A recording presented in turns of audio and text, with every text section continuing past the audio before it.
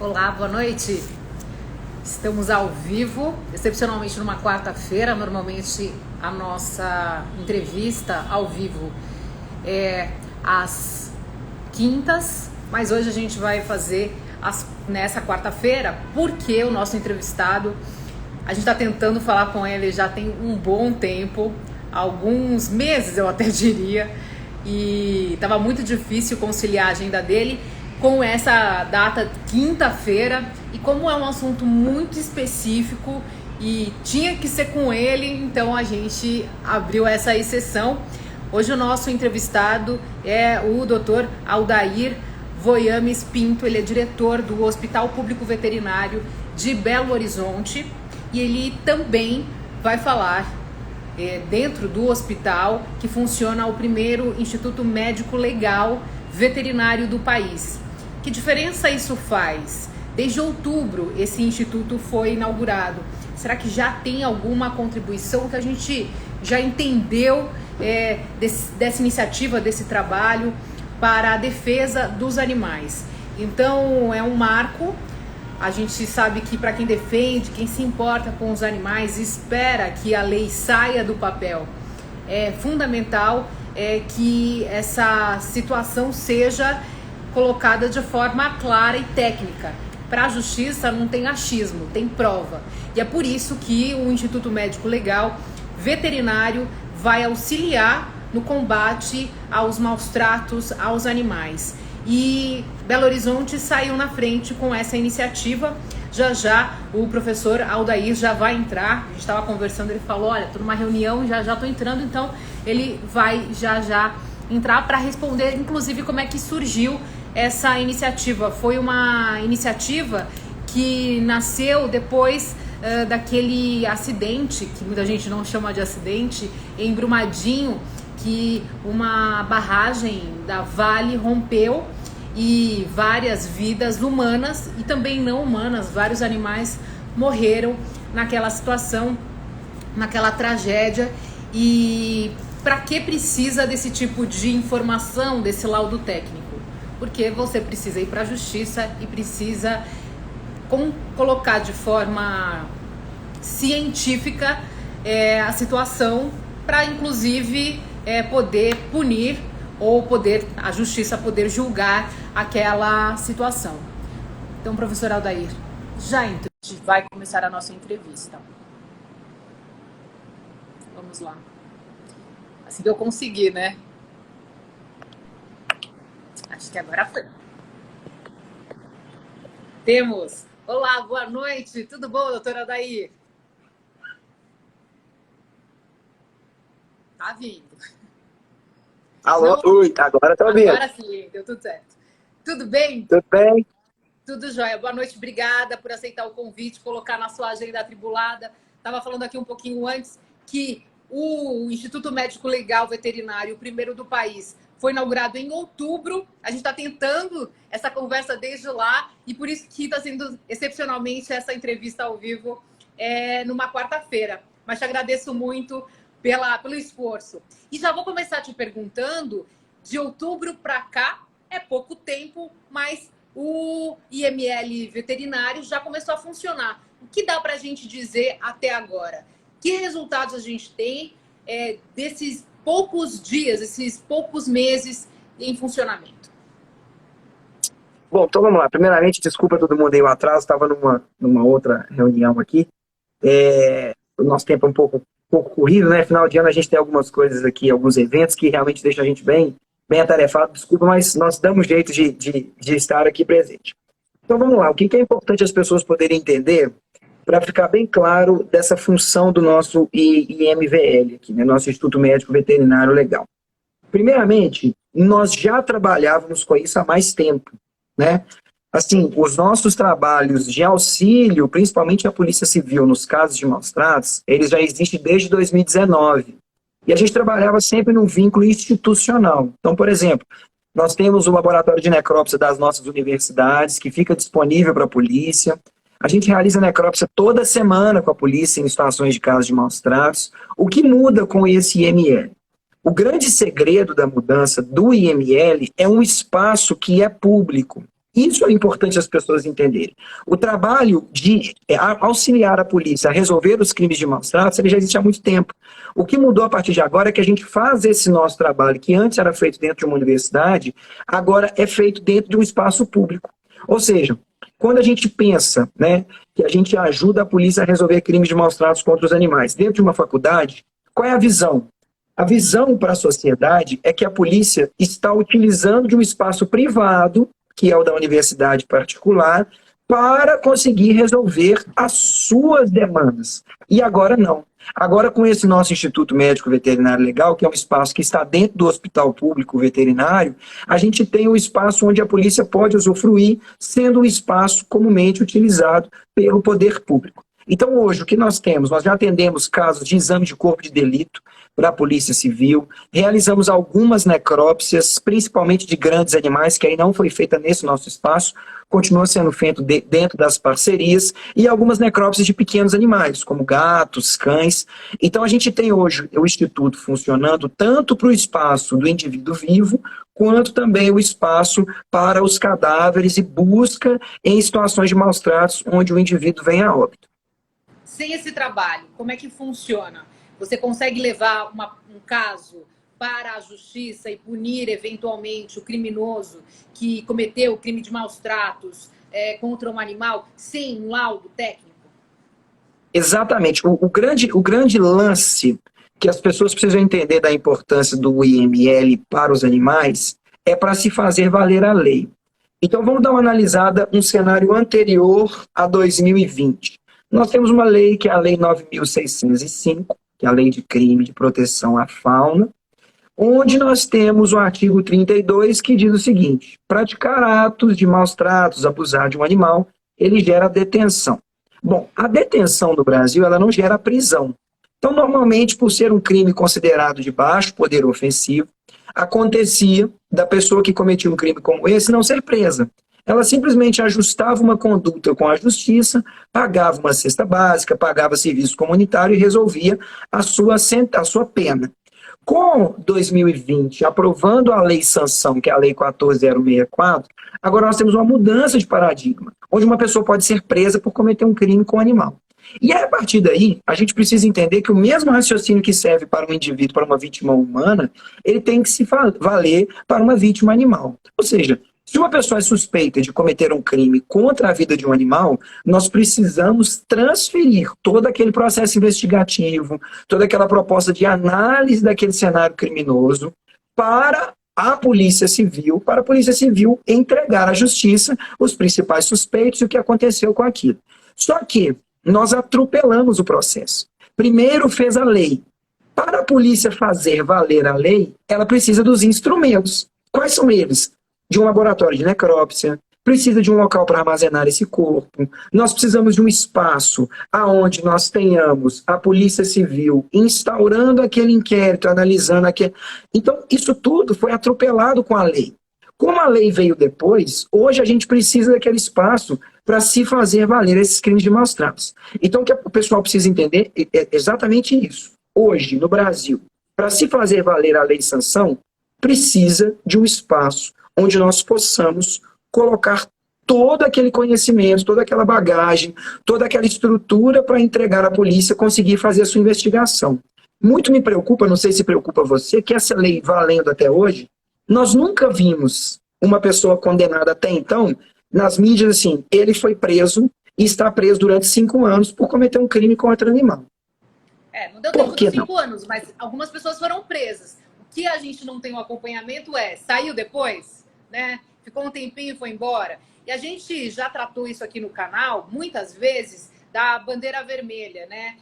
O Robson Nassaro, que há pouco saiu da polícia, depois de mais de 30 anos ali fazendo e explicando e estudando com a teoria do link, falando, olha, é um sinal muito preocupante quando você tem um maltrato ao animal, provavelmente mais vulneráveis também estão sofrendo violência dentro daquele ambiente doméstico. Então, mesmo que você não se interesse pelos animais, veja que eles podem ser uma bandeira importante de proteção aos humanos. Agora, professor, eu queria te fazer uma pergunta muito específica, porque algumas pessoas falaram, nossa, mas você vai falar de IML, Sabrina? né? Que mórbido. Aí eu rapidamente fui explicar. Eu falei, mas quem gosta de animal precisa entender, assim como de humanos, que existe uma instância e existe um procedimento para quando a morte não é natural. E como é que você faz isso? Que é o que a senhora acabou de falar. Mas aí como é que funciona na prática? Porque, embora o hospital público veterinário, você é diretor do hospital, sim, nesse local é possível chegar a pessoa, qualquer pessoa da população. Agora, mas não é possível no IML. Então, como é que funciona? Você pode explicar como é que se diferencia esse tipo de serviço? Perfeitamente. Isso é um dos pontos mais importantes que a gente precisa abordar. Por quê? Toda vez, vou te fazer uma pergunta assim, Sabrina, eu sei que você é da área, mas vamos imaginar que tem pessoas assistindo que não são. Se eu encontro um corpo, saí na porta da minha casa e encontrei o cadáver de alguma pessoa, qual é o trâmite que eu uso? As pessoas sabem que o protocolo para encontrar um corpo ou presenciar uma situação que envolve uma infração penal, um delito, é chamar a polícia. E aí nós temos dentro do Brasil 3 tipos principais de polícia, né? Nós temos a Polícia Federal, a Polícia Investigativa e a Polícia Ostensiva, que é o caso da Polícia Militar. Então, quando o policial ele chega até um local onde ele identifica um cenário que é possível de ter uma infração penal que cabe uma perícia, uma análise técnica, ele aciona a Polícia Civil para fazer o inquérito investigativo e a análise pericial. Para isso, seja em qualquer instância de um crime com uma pessoa ou com um animal, precisa seguir o mesmo protocolo. Então eu recebi ligações, por exemplo, quando o IML inaugurou, de uma pessoa dizendo, olha, o meu animal está sofrendo maus tratos, eu quero ir aí. Não pode. A gente recebeu lá no hospital essa semana passada, uma pessoa falou, olha, eu estou com o corpo de um animal que eu acredito que é meu animal, que morreu envenenado. Então, assim, o IML não é um espaço onde o Aldair, onde o médico veterinário conversa com a pessoa para instaurar um crime. Não. A gente precisa, no primeiro passo, acionar a polícia. E o IML hoje, de Belo Horizonte, ele é um espaço entregue à Polícia Civil do Estado. Então, a gente fornece o serviço médico veterinário, o serviço técnico de análise de corpo de delito, de análise de exame necroscópico para a Polícia Civil. Então, se eu, cidadão, tenho um animal que sofre maus tratos, sofreu maus tratos, sofreu uma agressão, eu aciono a polícia e a polícia aciona o Instituto Médico Veterinário Legal. Doutora Adair, quem é que paga essa conta? É claro, público, teria que ser o cidadão comum através de impostos, mas há um convênio com a Polícia Civil, e pergunto também quantos profissionais especializados em patologia que possam fazer esse tipo de análise minuciosa e que entendam aquele corpo falando, dando os indícios, né, do que aconteceu antes daquela morte, ou mesmo antes, com o animal vivo, antes daquela violência, é suficiente? Pois bem, esse IML hoje, ele está dentro do hospital público, onde o repasse financeiro da própria instituição, né, da própria Prefeitura de Belo Horizonte, mantendo o hospital, mantém também o Instituto Médico Veterinário Legal. Dentro dessa nossa parceria, nós temos inclusive uma ONG de São Paulo, que é a ONG Patas para Você, do Alexandre Soares, que apoiou essa ideia e auxiliou na construção do IML. Então, todos os equipamentos que nós temos hoje, que são as câmeras de última geração, os equipamentos de necrópsia, toda a estrutura necroscópica de exame de delito foi financiada e custeada pela ONG Patas para Você. Os profissionais que ali estão já estão diretamente vinculados ao hospital público. Por exemplo, os médicos veterinários hoje que atendem no hospital público, eles já recebem um determinado treinamento para fazer o exame de delito. Uma coisa também que é interessante deixar para as pessoas.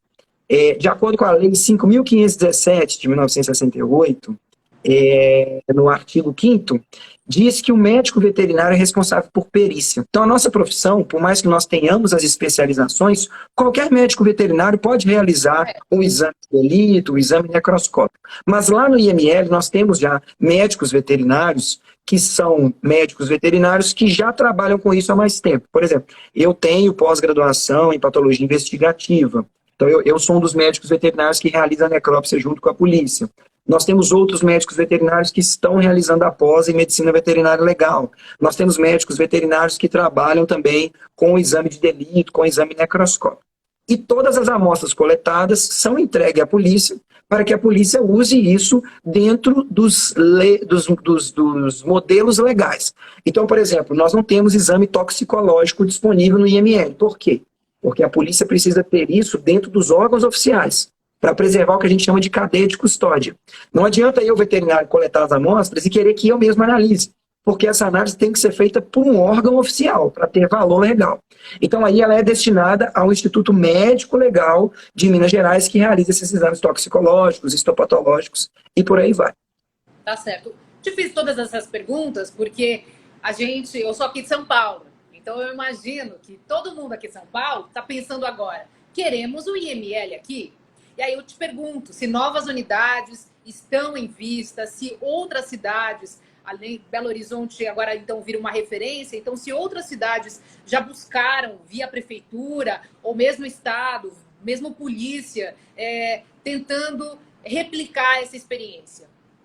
Perfeitamente. Eu acho que agora Belo Horizonte foi um marco juntamente com São Paulo. A gente sabe que em São Paulo já existe a estrutura que auxilia a polícia do estado. Mas naqueles moldes que eu te contei no início. Por exemplo, a gente sabe que a USP hoje, ela tem acordo, a USP inclusive tem um documento publicado no Diário Oficial, desse vínculo de parceria entre a polícia do estado e a USP, transformando a USP num setor de IML.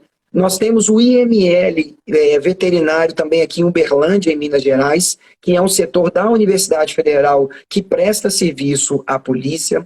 Nós já sabemos, quando eu postei o nosso folder da nossa live, um colega veterinário do Pará me disse que já está organizando as estruturas para começar a construção desse espaço lá. Já fiquei sabendo também que no Sul, se eu não me engano, é em Santa Catarina, se eu não me engano, já existe uma estrutura como essa, e em Botucatu a gente também já tem um consultório de exame de delito há muitos anos, né, que é tocado pela professora Noemi, juntamente com o Departamento de Patologia da Unesp de Botucatu. Então, assim, eu acho que hoje o IML daqui é o primeiro com essa estrutura oficial, entregue como uma unidade que está dentro de um espaço público, a Polícia Civil, e eu acho que a partir de agora é só aumentar. Eu duvido que a gente volte à estaca zero. E a gente sabe muito bem que os grandes desafios estão no interior, porque na capital é muito fácil. Mas no interior, onde às vezes a gente tem um investigador para tomar conta de crimes contra a vida, crime de trânsito, vai ser um pouco mais complexo. Mas a tendência é a gente começar com as capitais e depois espalhar para as regionais. É só para cães e gatos que esse serviço atua ou para outros animais silvestres?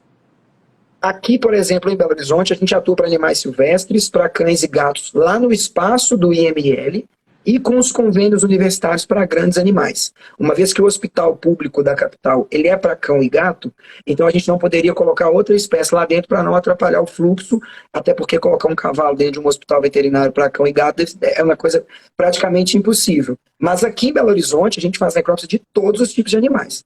Dentro dessas nossas parcerias, nós já fizemos necrópsia, por exemplo, dos animais de Brumadinho, fizemos necrópsia dos animais de algumas situações que vivemos aqui, de situação de maus tratos, morte de múltiplos animais, cão, gato, cavalo já fizemos, boi já fizemos. Então, assim, todos os animais que a polícia precisa, a gente entrega esse serviço vinculado aos nossos trabalhos. Você ainda se surpreende com o que encontra, do que é possível que pessoas façam com os animais? Em que sentido? Mal. Vou te contar uma dessa semana. Eu também trabalho aqui com o socorro de animais. Eu também sou socorrista. A gente tem um serviço semelhante ao trabalho ao trabalho do SAMU, no Sistema de Urgência e Emergência de Trânsito, né, em deslocamento.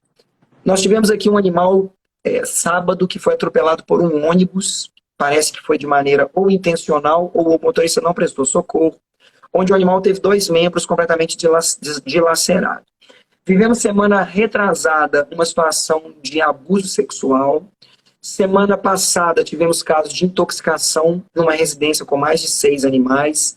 Tivemos um caso de vilipêndio, um possível vilipêndio animal aqui num parque da capital. Ou seja, cada dia que passa nesses 4 anos trabalhando com isso, diretamente vinculado à polícia, eu vejo que a maldade das pessoas para com os animais, ela acontece todo dia. Não mudou. Não podemos ter não ser de sermos levianos de achar que agora com a legislação as coisas mudaram. Não. Na verdade, as coisas estão sendo, nesse momento, denunciadas, mas sempre existiram. O que eu vejo, principalmente hoje, é casos de maus tratos, da agressão ativa daquela pessoa que quer maltratar um animal, facada, tiro, nós já vimos, e vejo também a parte da negligência. Essa parte da negligência eu considero muito cultural. Aí eu já acho que é um problema da nossa sociedade, de pessoas com uma completa ignorância em ter animal silvestre, em maltratar animais de maneira dolosa. Isso é algo comum, assim, que eu percebo. Você acredita que... Queria que você contasse um pouquinho do início, né, desse projeto, dessa iniciativa, nesses moldes oficiais, público, e em relação a Brumadinho, você até já comentou que fez necrópsia de animais que morreram ali naquela situação. E eu queria também te perguntar se essa iniciativa e os próprios hospitais públicos, os próprios hospitais veterinários públicos, se demonstram que o poder público precisa e tem se mexido de alguma forma com a mudança cultural e também de exigência da população em termos dos direitos dos animais. Beleza. O primeiro ponto assim, que é super válido a gente comentar é que Belo Horizonte ainda é bem diferente de São Paulo, porque aqui a gente conhece, por mais que é uma capital grande, a gente conhece praticamente os colegas médicos veterinários que trabalham em todos os setores. Então, por exemplo, eu conheço a médica veterinária e investigadora da polícia da Delegacia de Meio Ambiente. Conheço também a perita que trabalha no Instituto de Criminalística. Nós somos amigos, trabalhamos em conjunto, conhecemos o veterinário que está no Centro de Controle de Zoonose, conhecemos o presidente do conselho, ou seja, essa rede que nós montamos, porque nos conhecemos, facilitou a disseminação do trabalho. Esse é o primeiro ponto importante. O segundo ponto foi quando aconteceu o Brumadinho, na época, a Vale e o próprio Ministério Público, o próprio Conselho de Veterinária, instauraram dentro do cenário equipes de socorro e resgate. E como eu sou necropsista, trabalho com necrópsia, e já trabalhava com envolvimento com a polícia nisso, me foi dada a custódia de todas as necrópsias de todos os animais de Brumadinho no primeiro momento do cenário desastroso. E a partir dali a gente começou uma construção de ideias, porque a gente fazia necrópsia todos os dias e a polícia estava lá, tanto fazendo o trabalho com as pessoas, também com os animais. Aí envolveu a Polícia Federal, envolveram outras instâncias, e naquele momento a gente começou a enxergar, lá em 2019, um cenário possível para o que vinha acontecendo com os animais aqui.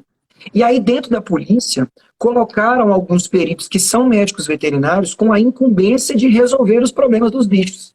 Então, ficou uma coisa instaurada dentro da polícia, as parcerias com as universidades, as parcerias com as médicas veterinárias, tanto investigadoras quanto peritas, para que nós pudéssemos desenvolver o trabalho que a gente vem desenvolvendo hoje, depois desses 2 anos, 3 anos aí de trabalho.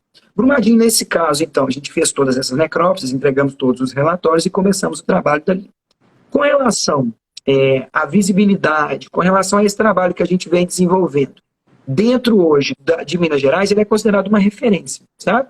Para as outras capitais poderem desenvolver isso com os hospitais públicos, eu sempre deixo uma dica. Qual é a dica?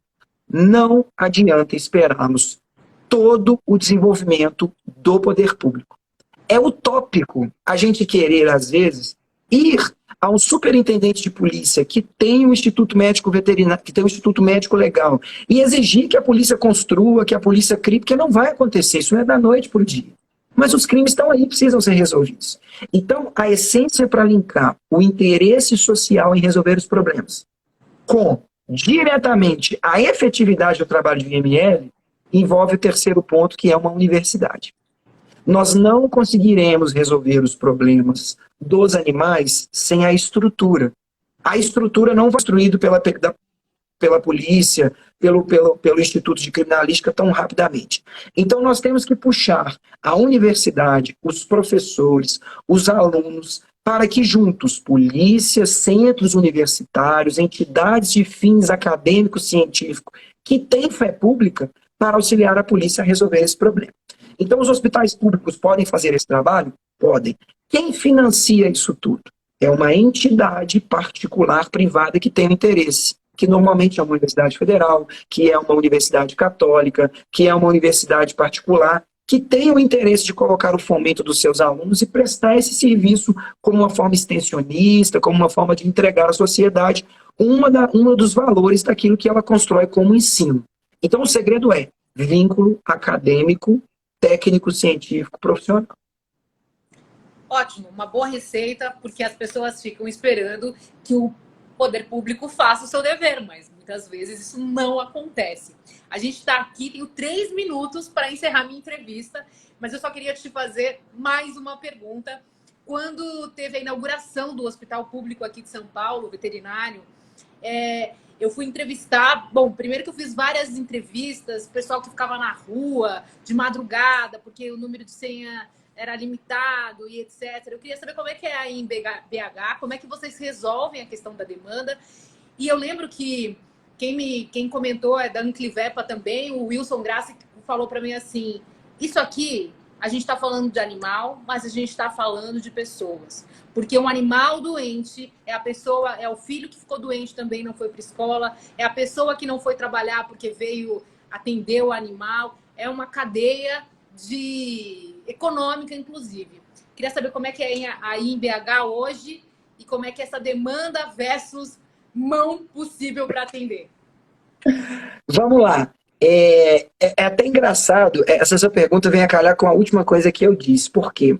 Aqui em Belo Horizonte, inicialmente, o hospital público foi inaugurado se eu não me engano, foi em março, e quem assumia a gestão dele era a Anclivepa de São Paulo, que é a mesma do Wilson Grassi que assumiu aí.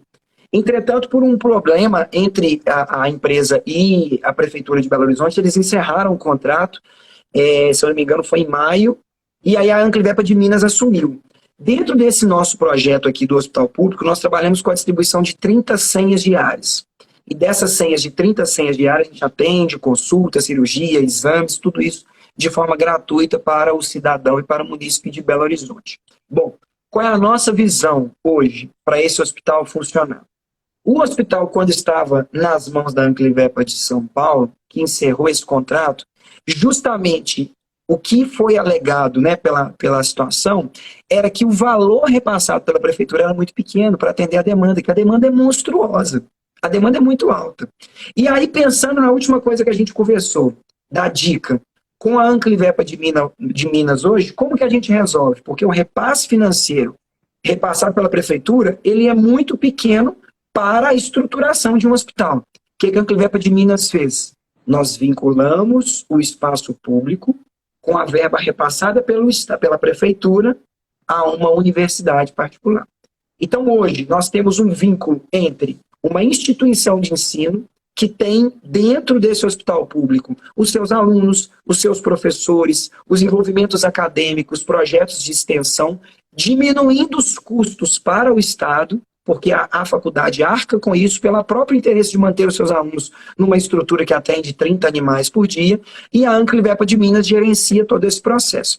Então, hoje aqui no nosso hospital, a gente atende 30 senhas diárias, a gente ainda não trabalha com o sistema de 24 horas pela dificuldade, por todo esse trâmite, mas nós estamos caminhando a passos largos para que a gente possa desenvolver isso daqui para frente. O hospital hoje, ele atende uma diversidade enorme de pessoas, de animais, e a gente conta exatamente com isso que o Wilson Grassi falou. A grande visibilidade que o aluno tem trabalhando no hospital público, um aluno que estuda veterinária, é que ele não atende somente o animal. Ele atende um contexto de uma saúde de um todo. Muitas vezes nós lidamos com animais de pessoas que têm baixa instrução, seja ela uma instrução escolar, uma instrução técnica sobre companheirismo, sobre amor aos animais. E às vezes os alunos ficam vendo aquilo e entendem que não é maus tratos. Às vezes é a falta de conhecimento, é a falta de cultura daquela pessoa que foi enraigada do que o pai, do que o avô passou, que o cachorro é aquele bicho que fica... Então, hoje, a visibilidade que os nossos alunos têm dentro desse hospital traz uma visão diferente de que uma sociedade ela é muito complexa, existem muitos pontos, muitos vieses diferentes para a gente julgar uma pessoa e falar, você maltratou um animal. Nós temos coisas, aspectos a serem considerados para enxergar isso diferente. Atender um animal de um morador em situação de rua é algo que toca muito a gente. Sabe? Você cuidar de um animal e descobrir que durante 5 dias da semana que a pessoa voltou no hospital para poder cuidar daquele problema daquele animal, e você pergunta, onde o senhor mora? Ele fala, eu não tenho endereço.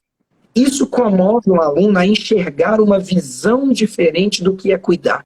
Porque não adianta eu só olhar para o animal e falar, você está curado. Eu preciso entender que aquele animal, ele tem a sua característica, assim como a pessoa tem, e o hospital público tende a trazer toda essa visão, seja com o IML, seja com os atendimentos para os alunos acadêmicos e para a população de Belo Horizonte como um todo. Qual é a faculdade? É o UniBH, a faculdade do UniBH. É o Centro Universitário UniBH hoje que detém o convênio com o hospital público. Perfeito. Nosso tempo terminou, mas eu te agradeço muito, professor Aldair Voiames Pinto. Eu falei certo? Voiames? Isso, Voiames. Maravilha. Chamo o professor Aldair, é mais fácil, né? Que é mais fácil. É diretor do Hospital Público Veterinário de BH. O certo é falar, não é falar Hospital Público Veterinário, é falar, desculpa, o IML. É IMVL. Esse é o jeito correto. Isso, é o Instituto Médico Veterinário Legal, IMVL. É que todo mundo entende IML, nem sabe direito às vezes significa a sigla, mas entende que o veterinário tá ali, então é para bicho. Te agradeço muito, só lembrando aqui, o IML é uma estrutura agora pela primeira vez pública, não com o apoio de uma faculdade, de uma universidade, mas está ligada à Polícia Civil, que pode atender também à Guarda Municipal, ao Ministério Público, enfim, às autoridades, nesse objetivo de fazer a lei valer, ou seja, colocar um olhar científico nas causas relacionadas aos crimes de maus tratos. Te agradeço muito. Uma boa noite. Boa tarde, já estou perdida aqui no tempo. Uma boa noite e até a próxima. Parabéns pelo esforço e pelo trabalho. Até. Obrigado. Qualquer coisa, estamos à disposição. Tchau, tchau. Tchau.